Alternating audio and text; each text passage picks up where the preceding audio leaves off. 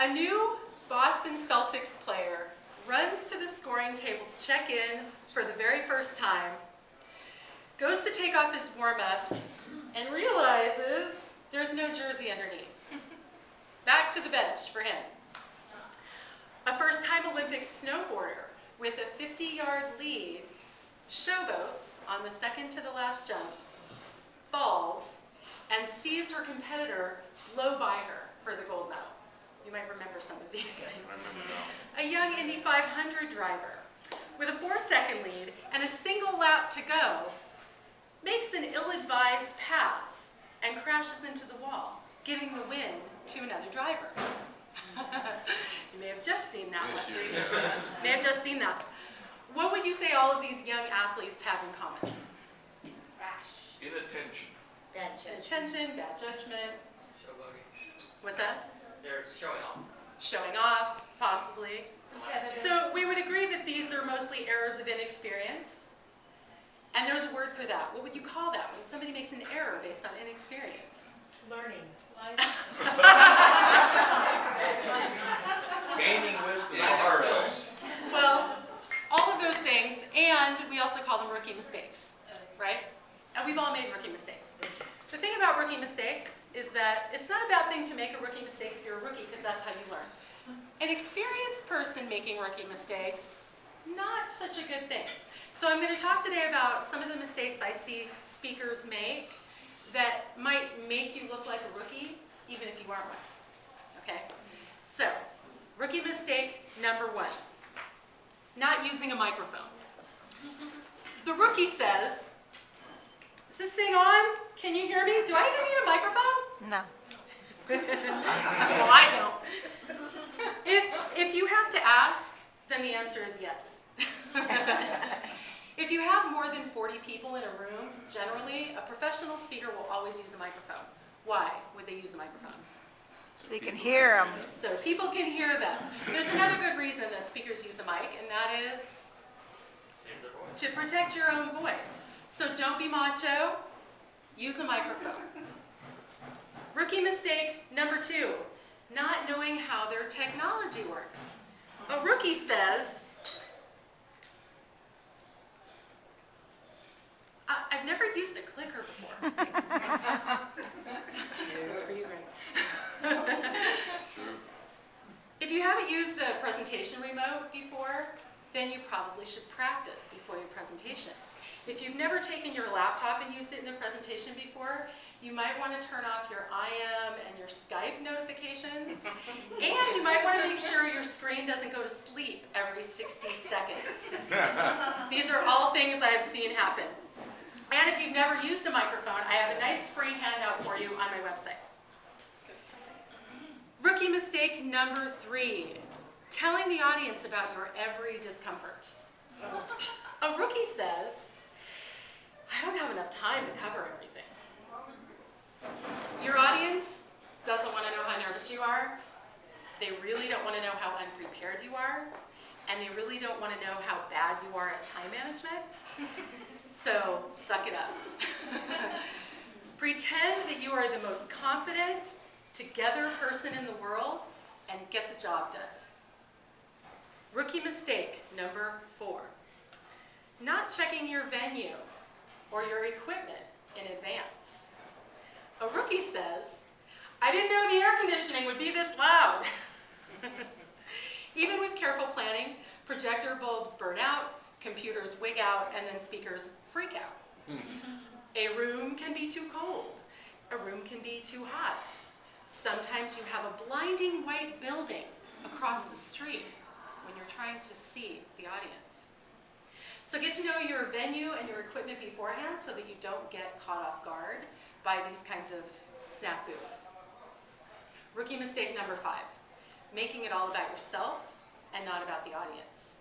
The rookie says, "Me, me, me, and I."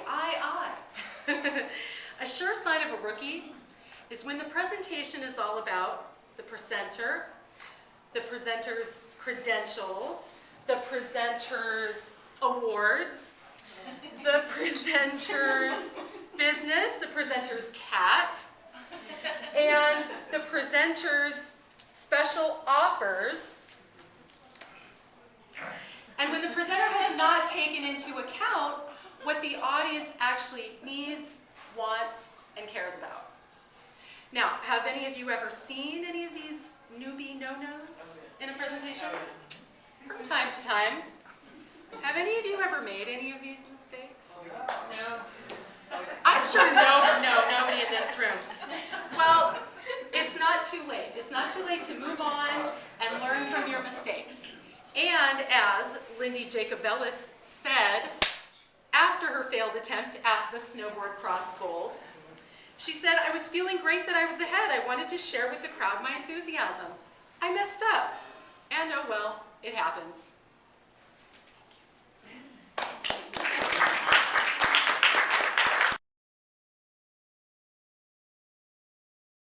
Okay, question. Okay. I have given presentations, and of course, we all know I talk fast, so I do try to slow down when I'm doing my presentation. But how do you address an audience when someone, you're going, you've got a rhythm, you know what you're going to say, and all of a sudden someone goes, "Could you slow down?" And then all of a sudden I've forgotten everything I was going to say. So how would a speaker handle that? Okay, here's my trick right here. Yeah. Notes. Because you know what? Short I answer, may be, no. Long I may be answer, very no. well prepared, but I want to know, like, if I get sidetracked, I want to have something to look at so I don't lose my place. I mean, honestly, I'm all about, like, ultra preparation, and I always have my notes, so if I get lost, but I don't take things like that personally, because like I said, it's about what the audience needs, and wants and cares about. And if they can't hear you because you're too soft or you're talking too fast or something like that, then you're not serving them. So just think of it as, oh, shoot, I got carried away, I was excited, and take a moment and breathe and say, of course, I will slow down, and then go get your notes to remind yourself where you were. Yeah. Can I share a funny story about tempo? Yeah. I was Merle Norman corporate for many years and was program developer, but I would go out in the field when they didn't have enough trainers to go out. And they sent me to the South.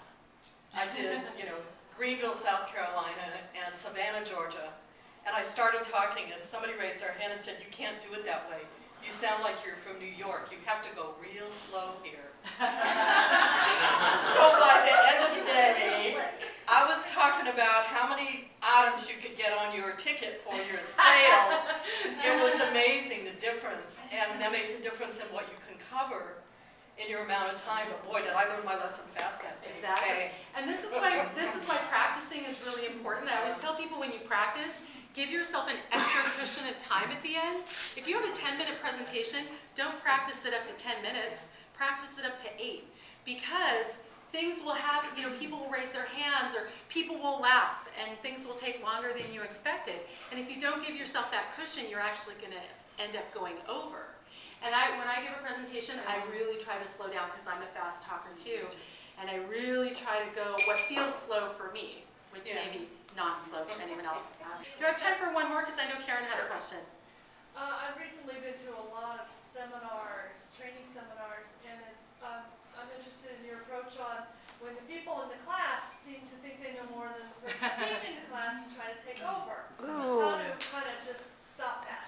Well, just to give you guys a little quick reference, I also have a handout on hecklers on my website. I have written several articles about hecklers. Those people aren't necessarily hecklers, but the way I approach it, I understand that everybody wants to be heard, and I also understand that everybody in the room has something of value to say and a lifetime of knowledge and experience. And sometimes people really want to share that, and they don't realize that they're taking over or that they may come across as rude. So I always listen to people as though they have a really legitimate question and legitimate thing to say, and not like, "Oh, you're so rude, you're heckling," and just really give people a chance to be heard. If they keep going, then I'll probably say, let's talk afterwards about that, because I need to kind of get back to what I was discussing. And but I want to, definitely want to get back with you later by email or after the meeting. Yes, Michael. And I can add to that, and that most of the people in the room, when there is a heckler, they want them to shut up. They're there for your presentation, and so they appreciate it as a speaker when you say, "Can I address that later?" Yeah. So it's courtesy to everyone else. Right, exactly.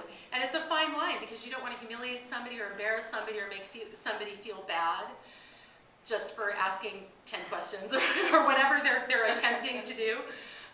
So you have to, you have to have kind of a gentle approach, but then you also have to know when it's time to cut the person off. Lisa, can I ask you?